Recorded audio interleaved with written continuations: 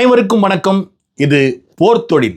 November 27 காரைக்குடியில் நடைபெற்ற தாயக கனவினில் சாவினை தழுவிய சந்தன பேழைகள், எம் இனம் காக்க மொழி காக்க தன்னுயிர் தந்த எமது குலசாமிகள் அவர்களுக்கான அந்த எழுச்சி நாளில் அண்ணன் சீமான் அவர்கள் காட்டிய உக்கிரம் மற்றும் அந்த கூட்டத்தின் ஒழுங்கு, அந்த கூட்டத்தில் ஏற்பட்டிருக்கிற அதிர்வு, நாம் தமிழர் கட்சியின் அடுத்தடுத்த நகர்வுகள் ஆகியவை பற்றி தான் இந்த காணொளியில நாம பார்க்க இருக்கிறோம்.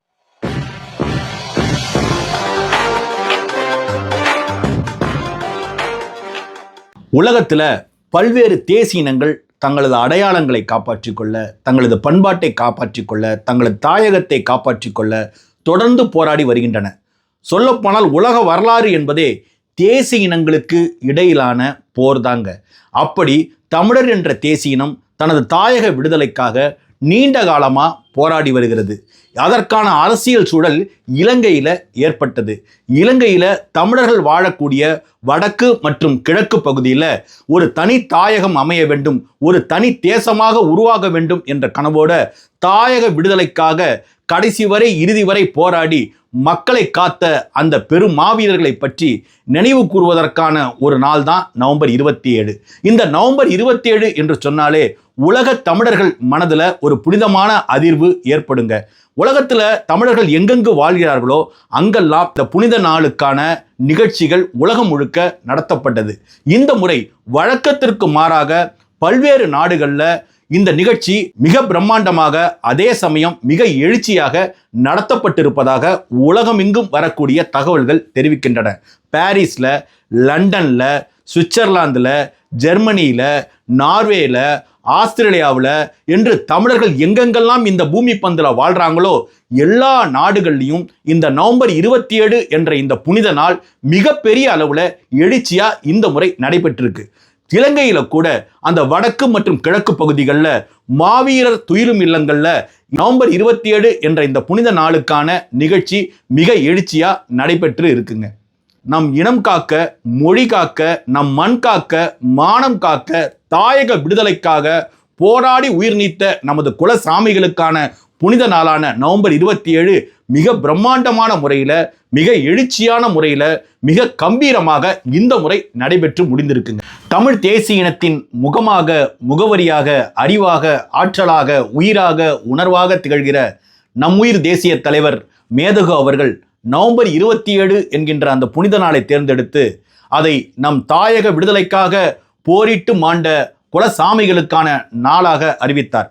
1989 2008 வரைக்கும் தமிழரின் தாயகத்தில் களமாடி போரிட்டு வீர மரணம் எய்திய நமது குலசாமிகளுக்கான புனித நாளை தலைவர் தலைமையில் மிக எழுச்சியாக நடத்தினார்கள்.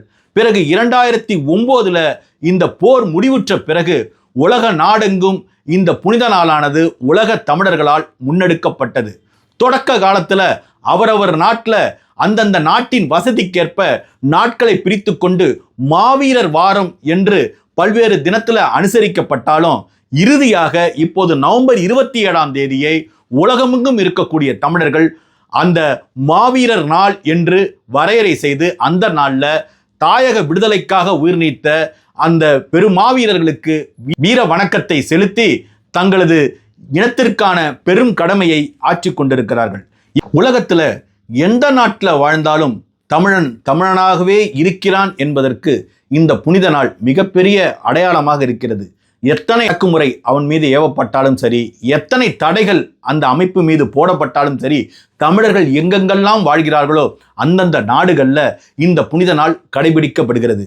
மொழியாகி எங்கள் மூச்சாகி நாளை முடிசூடும் எம் தமிழ் மீது உறுதி, வழிகாட்டி எம்மை உருவாக்கும் தலைவன் வரலாற்றின் மீதும் உறுதி, விழிமூடி துயில்கின்ற வீர வேங்கைகள் மீதும் உறுதி, இழிவாக வாழும் தாயக விடுதலை போரில் இனிமேலும் ஓயோம் என்று உறுதிமொழி எடுத்து இந்த கார்த்திகை மாதத்தில் காந்தல் மலர் சூட்டி தாயக விடுதலை போரில் தன்னுயிர் தந்த அந்த குலசாமிகளுக்கு தங்களது வீர வணக்கத்தை உலகத் தமிழர்கள் செலுத்தி கொண்டே இருக்கிறார்கள். இந்த முறை உலகத் தமிழர்கள் வழக்கத்திற்கு மாறாக மிக பிரம்மாண்டமாக அதே சமயம் எழுச்சியான முறையில் இந்த நாளை ஒவ்வொரு நாட்டிலும் கடைபிடித்திருக்கிறார்கள். சொல்ல போனால் அடக்குமுறைக்கு உள்ளாகி இருக்கக்கூடிய இலங்கையில கூட தமிழரின் தாயக பகுதிகளான வடக்கு மற்றும் கிழக்கு பகுதிகளில் இந்த முறை நம் இனம் காக்க போராடிய, நம் தாயக விடுதலைக்காக போராடி உயிர் நீத்த நமது குலசாமிகளுக்கான புனித நாள் நவம்பர் 27 அன்னைக்கு மிக எழுச்சியான முறையில இந்த முறை அனுசரிக்கப்பட்டிருக்கு.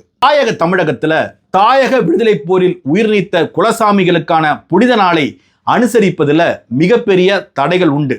தொடக்க காலத்துல கடுமையான வழக்குகள், கெடுபிடிகள் என்றதையெல்லாம் நாம் தமிழர் கட்சி தனி ஒரு அமைப்பாக எதிர்த்து நின்று இந்த நாளை மிகப்பெரிய எழுச்சி நாளாக நடத்தி முடித்து ஒவ்வொரு ஆண்டிலும் மிகப்பெரிய அதிர்வுகளை ஏற்படுத்தி கொண்டே இருப்பார்கள்.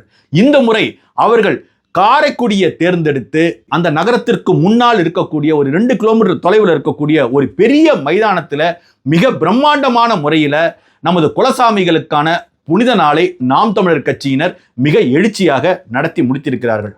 எப்போதுமே நாம் தமிழர் கட்சி நவம்பர் 26 மற்றும் நவம்பர் 27 இந்த 2 தினங்களையும் மிகப்பெரிய எழுச்சி தினங்களாக கருதி தங்கள் அரசியல் வாழ்க்கையின் உச்சபட்ச நாட்கள் இந்த 2 நாட்களாக நினைத்து அவர்கள் ஒவ்வொரு ஊர்லையும் இது போன்ற நிகழ்ச்சிகளை நடத்துவார்கள். நவம்பர் 26 தலைவர் பிறந்த நாள், தமிழர் நிமிர்ந்த நாள் என்ற முழக்கத்தோடு ஒவ்வொரு ஊரிலையும் குருதிக்குடை முகாம்களை நடத்தி பல லட்சக்கணக்கான யூனிட் குருதிய எளிய மக்களுக்கு அளிக்கின்ற வேலையை நாம் தமிழர் கட்சி தொடர்ச்சியாக செய்து வருகிறார்கள். அந்த பாதிப்புல இன்னைக்கு உலகத் தமிழர்கள் பலரும் நவம்பர் 26 அன்னைக்கு தலைவர் பிறந்த நாளின் போது லட்சக்கணக்கான யூனிட்டை அவரவர் வாழக்கூடிய நாடுகளில் இருக்கக்கூடிய குருதி வங்கியில் அளித்து தங்களது இனமான தலைவனுக்கு தங்களது புகழ் வணக்கத்தை செலுத்தி கொண்டே இருக்கிறார்கள். இப்ப நவம்பர் 27 என்கின்ற இந்த புனித நாள்ல நாம் தமிழர் கட்சி வருடா வருடம் மிக எழுச்சியான நிகழ்வை நடத்தும். எப்படி ஈழத்துல தாயக பகுதியில நடக்கின்ற அதே போல அந்த ஒழுங்கோட, அந்த அமைதியோட, அந்த நேர்த்தியோட எப்படி நடக்குமோ அதே போல இங்கே தாயக தமிழகத்திலையும் நாம் தமிழர் கட்சி அதே அளவுக்கு பிரம்மாண்டமாக இந்த நிகழ்ச்சியை நடத்தும். இந்த முறை காரைக்குடியில் நவம்பர் 27 தாயக விடுதலை போரில் உயிர் நீத்த நமது குலசாமிகளுக்கான புனித நாளை நாம் தமிழர் கட்சி மிக எழுச்சியாக பிரம்மாண்டமான முறையில் நடத்தியதுங்க. எப்போதுமே நாம் தமிழர் கட்சி இந்த நவம்பர் 27 என்கின்ற இந்த குலசாமிகளுக்கான புனித நாளை மிகுந்த ஒழுங்கமைவோடும் மிகுந்த நேர்த்தியோடும் நடத்துவார்கள். இந்த முறையும் அப்படித்தான் நடத்தினார்கள். ஆனால் இந்த முறை பார்த்து கொண்டிருப்பவர்களுக்கு மனதில் சில குழப்பமான ஒரு உளவியல் நிரம்பி இருந்ததுங்க. ஏனென்றால் அன்றைய நாளில் எது செய்தியாக்கப்படணுமோ அது செய்தியாக்கப்படாமல் வேற ஒரு செய்தியை எல்லா ஊடகமும் திட்டமிட்டு ஆக்கி கொண்டிருந்தார்கள். குறிப்பா இந்திய அரசியலமைப்பு தயாரிக்கப்பட்ட நாளாக அதை சட்ட நாளாக அறிவித்து அந்த நாளில் தமிழக முதல்வர் அதை தமிழ்நாட்டில் மிகப்பெரிய ஒரு தினமாக அறிவித்து ட்விட்டு வெளியிட்டது. அதற்கு பிறகு இந்த அணில் கூட்டத்திற்கு செங்கோட்டையன் தாவுனது. இது போன்ற செய்திகளை மிகப்பெரிய செய்தியாக மாற்றி இந்த இனத்திற்காக போராடி தன்னுயிர் தந்த குலசாமிகளின் நாளை வேறொரு நாளாக இந்த ஊடக வியாபாரிகள் திட்டமிட்டு சித்தரித்து கொண்டிருந்தார்கள். அதனுடைய தாக்கம் அங்கு கூடியிருந்த எங்க எல்லாருக்குமே இருந்ததுங்க. அதை புரிந்து கொண்ட அண்ணன் சீமான் அவர்கள் மிகுந்த ஒழுங்கமையோடு நேர்த்தியாக தனது பேச்சை அமைத்துக் கொண்டார். அண்ணன் சீமான் அவர்கள் தனது பேச்சின் போது இந்த இனம் நாம் தமிழர் கட்சி இல்லை என்றால் எப்படி நாதியற்று போகும் என்பதை பற்றி பல்வேறு தகவல்களை பரிமாறிக்கொண்டார். குறிப்பாக இந்த நவம்பர் 27 என்கின்ற இந்த புனித நாள்ல எப்படி ஊடக வியாபாரிகள் மடைமாற்றினார்கள், எப்படி அரசியல் தந்திர அந்த பிழைப்புவாதிகள் எப்படி திசை மாற்றினார்கள் என்பதையெல்லாம் அவர் கோபத்தோடு அந்த அரங்கில் எடுத்துரைத்தார். பிறகு நம்முயிர் தலைவர், தேசிய தலைவர் மேதகு பற்றியும் அவர் நடத்திய அந்த போராளி இயக்கங்களின் புனிதமான தளபதிகள் பற்றியும் உருக்கமாக அண்ணன் சீமான் வெளிப்படுத்திய முறைமை இருக்கு பாருங்க. அங்கே கூடியிருந்த பல்லாயிரக்கணக்கான மக்களையும் உணர்வு எழுச்சியில உச்சத்துல கொண்டு போய் வச்சுச்சிங்க. சொல்ல போனால் அந்த அரங்கமே அமைதியா இருந்துச்சுங்க. அண்ணன் சீமான் அவர்கள் அந்த மாவீரர் சுடர் ஏற்றுவதற்கு முன்பாக அந்த ஒரு 5 நிமிடங்கள் அந்த அரங்கம் மிகுந்த அமைதியாக இருந்தது. அந்த 5 நிமிடமும் அண்ணன் சீமான் அந்த நேரம் வருவதற்காக காத்து கொண்டிருந்தார். அந்த காத்து கொண்டிருந்த வேளையில பல்லாயிரக்கணக்கான பேர் கூடியிருந்த அந்த அரங்குல துளி கூட சத்தம் வரலங்க. ஒருவர் அடுத்தவர்கிட்ட கூட பேசாம கனத்த அமைதியோட அனைவரும் உறைந்து போய் அப்படியே அமர்ந்திருந்தாருங்க. அதற்கு காரணம் அந்த கட்சி கடைபிடிக்கின்ற ஒழுங்கு அமைவுங்க. அந்த 5 நிமிடங்கள்ல ஒரு சிறு குழந்தையின் அழுகை ஒலியை தவிர வேறு எதுவும் அந்த மைதானத்துல கேட்கலங்க. மிகப்பெரிய பனிப்பொழிவு, குளிரான ஒரு சூழல். ஆனாலும் அங்கிருந்த மக்கள் அப்படியே உறைந்து போய் அமைதியா அமர்ந்திருந்தாங்க. அண்ணன் சீமான் பேசுவதற்கு முன்பாக சில காணொளிகள் அங்கே வெளியிடப்பட்டதுங்க. அதுல முதல் காணொளி, இந்த தினம் எதற்காக அனுசரிக்கப்படுகிறது, இந்த தினம் உலக நாடுகளில் எதற்காக கடைபிடிக்கப்படுகிறது, இயக்கம் இந்த நாளை ஏன் தேர்ந்தெடுத்தது என்பதற்கான ஒரு ஆவணப்படம் அண்ணன் பாலமுரளிவர்மன் அவர்களோட குரல்ல அந்த ஆவணப்படம் அவ்வளவு உணர்வுமயமாக இருந்ததுங்க. அதற்கு பிறகு நம் இனம் காக்க மொழி காக்க தன்னுயிர் தந்த மாவீர தெய்வங்களை பற்றி ஒரு பாடலுங்க. பிறகு இந்த செம்மணி புதைகுழிகள் பற்றிய ஒரு ஆவணப்படம். அந்த ஆவணப்படம் அந்த அரங்குல வெளியிட்டப்ப மிகப்பெரிய உணர்வு மயம் அந்த அரங்குல ஏற்பட்டுச்சுங்க. தாயும் மகளும் எலும்புக்கூடுகளாக இருந்த ஒரு காட்சி அங்கே இருப்பவர்கள் மனதெல்லாம் அறுத்து போட்டதுங்க. அதற்கு பிறகு தேசமே தலைவர் பேரை சொல்லி ஒரு பாட்டுங்க. அந்த பாட்டு தம்பி முரளி மனோகர் அவர்களின் வரிகள்ல அவரது இயக்கத்துல வெளியிடப்பட்ட பாடல். அந்த பாடலுக்கு பிறகு அண்ணன் சீமான் மேடை ஏறினார். வழக்கம் போல மிகுந்த உற்சாகமா மேடை ஏறுகிற அண்ணன் சீமான் அவர்கள் இந்த முறை மிகுந்த இறுக்கத்தோடு மேடை ஏறினார். மேடை ஏறுவதற்கு முன்பாகவே அவரது மனதுல 1000 அலைகள் வீசிக்கொண்டிருந்தது. நான் பக்கத்துல தான் அமர்ந்திருந்தேன். அவர் முகத்துல எப்போதும் இல்லாத அளவுக்கு சிந்தனை ஓட்டங்கள். அதையெல்லாம் வழியை சுமந்து கொண்டு அண்ணன் சீமான் அந்த மேடையில ஏறினாருங்க. ஏறின பிறகு சரியா 1.25 மணி நேரம் அவர் பேசினதெல்லாம் மிகப்பெரிய சம்பவங்க. வரலாற்றில் இருக்கக்கூடிய எல்லா தகவலையும் ஒன்று சேர்த்து தமிழர் ஏன் அடிமையானான், தமிழனுக்கு ஏன் இவ்வளவு பிரச்சனை வருது, நாம் தமிழர் கட்சி இல்லைன்னா இந்த இனம் எப்படி நாதியத்து போகும், இந்த போர் சூழல்ல இயக்கத்திற்கு நேர்ந்த துரோகங்கள் மற்றும் உலகம் மற்றும் சிங்கள பேரினவாத அரசாங்கம் இயக்கத்தின் மீது கடைபிடித்த போர் மரபுக்கு மீறிய தவறான விஷயங்கள் போன்றவற்றையெல்லாம் மிகுந்த உருக்கத்தோடு பதிவு செய்த அண்ணன் சீமான் தான் அந்த நாட்டிற்கு போயிருந்தப்போ ஏற்பட்ட அனுபவங்கள், தன்னோடு பழகிய தளபதிகள் ஆகியவரை பற்றியும் அந்த இடத்துல மிகுந்த உருக்கத்தோடு செய்திகளை பகிர்ந்து கொண்டார். அண்ணன் பேசுறப்பயே எல்லோருக்கும் அழுத்தமான ஒரு மனநிலை வந்துருச்சுங்க.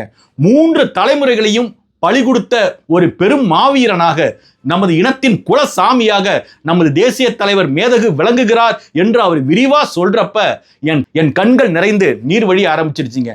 எனக்கு தான் இந்த நிலைமைன்னு பார்த்தா பக்கத்தில் இருந்த தங்கை சுனந்தாவுக்கும் இந்த பக்கத்தில் அமர்ந்திருந்த அண்ணன் தேவாவுக்கும் எல்லோரும் கண்கள் கலங்கி அப்படியே எல்லோரும் அமர்ந்திருந்தார்கள். அந்த அரங்கமே அவ்வாறு தாங்க இருந்துச்சு. யாரும் ஒருவரோடு பேசிக்கொள்ளல.